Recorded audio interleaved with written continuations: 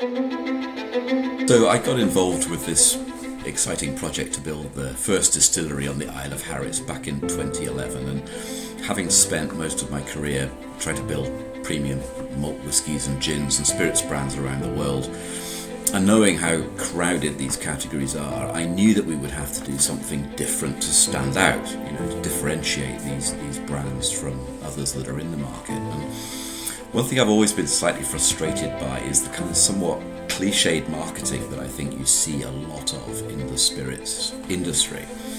So to sort of set our stall out in a different way, I thought, one thing we'll do to start with, we'll ban the word marketing and we'll use the word storytelling instead, because I just sensed with this project there were so many rich stories to tell to the consumer that's how we should begin. So that was at the genesis of the project, was just this concept that we would be tellers of stories rather than marketeers. Great place to start this podcast. Simon Erlanger, thank you very much. Simon is the MD of the Isle of Harris Distillery. Welcome to the Strategy Story podcast, a podcast about the power of storytelling, leadership, strategy, business, and just generally making big things happen. We're going to have a great chat with Simon today, but just to set a little bit of context to this, so often when I work with clients, they ask me for great examples of businesses that use storytelling. And so often I share the story of the Isle of Harris Distillery. It's located in the beautiful Outer Hebrides of the northwest coast of Scotland and provides an exceptional example of the power of storytelling in business and in community. Not only have the team put storytelling at the heart of creating an iconic brand, but they've used storytelling in a way to drive real engagement with the community of the Isle of Harris in a way that's sensitive to the community of the Isle of Harris. And this is a story that I'm especially interested in because my family come from there, but also because when you get storytelling right, it can unlock incredible potential. And this is a story of that. So Simon, thank you for joining us. Can I ask you, in terms of your customers, how much time do you spend really getting under the skin of your customers and or customer personas, whatever it might be? What's the process that goes on behind the scenes? It's a good question. And what we don't do, which a lot of consumer goods brands would do, we don't go and look at what the consumer need is or what the consumer trend is and try to echo that trend. We set out our stall to say, this is who we are and this is what we believe in and these are our stories, and we hope people will then get attracted by those stories. So it's not really consumer led, it's ideas led, but we do need to fundamentally understand how our consumers behave. So we do track, again in a very hard-nosed way, we track the effectiveness of everything we do. So whenever we put out a post on social media, or when we send the Friday afternoon newsletter at 5 o'clock, which we've done for probably almost 10 years, we measure the level of engagement that these stories get. And therefore we will understand what is resonating, what isn't resonating. And maybe there are certain stories that we have to dial up and some we have to dial down.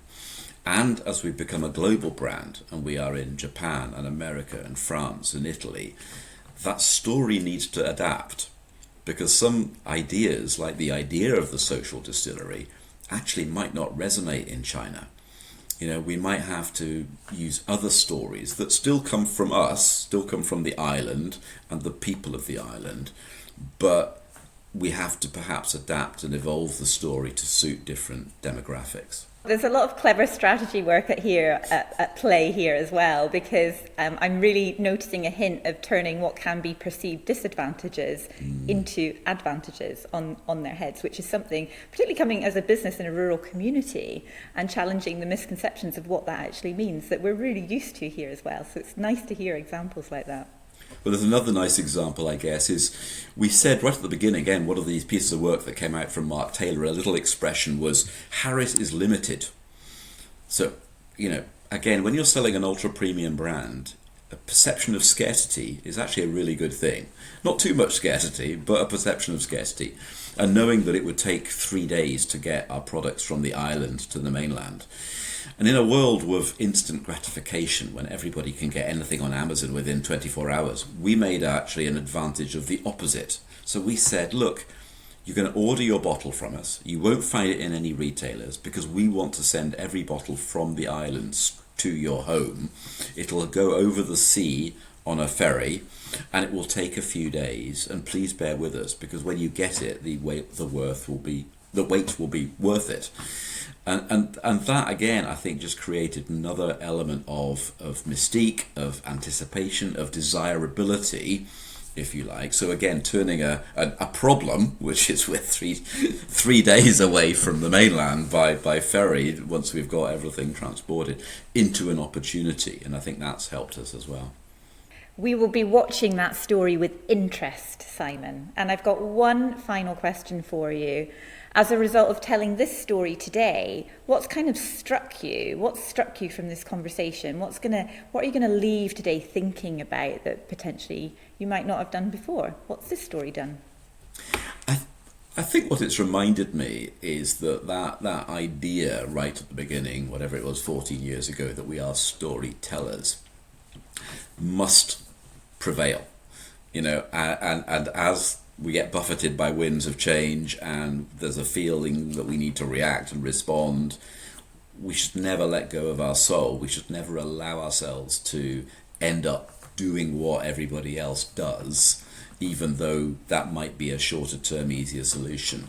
Because I think storytelling takes work.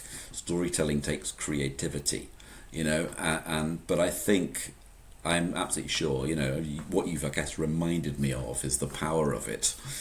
And so, I'm going to go back into the office with kind of renewed vigour to make sure that storytelling remains at the heart of our strategy going forward. So there we go, the story of Isle of Harris Distillery. And it's been a story that I have wanted to share with you for such a long time. For me, it is a really good example of the importance of storytelling to engage people, to create meaning, to connect, to find the right solutions, and also to create something that's really quite special. So what else have we taken from today's conversation? Well, for me, it's really struck me actually that there's such a distinct ability to be able to turn perceived disadvantage into advantage, and also the significance of really having a clear purpose, of community, and how all of that linked together is really, really key in creating a business that stands out. But all stories are ever changing, ever evolving. They are living, breathing things as we are influenced by and buffeted by the winds of change, to borrow Simon's phrase. And recently, the distillery has had to announce a restructuring. It is really tough times out there. And I have to be honest, I hesitated. Should we still put the podcast out? This is a community that I care very deeply about. But yes, I believe we should, because it is a story of resilience and creativity, and has been up until this point. It is also a story of the importance of business to community, to families, and to our lives. Business is all about people. We will continue to watch this story with hope and support, and we are sure that using those skills that have come through so strongly in this interview will be the key to navigating this next chapter. To everyone at the Isle of Harris Distillery, we wish you all the very best.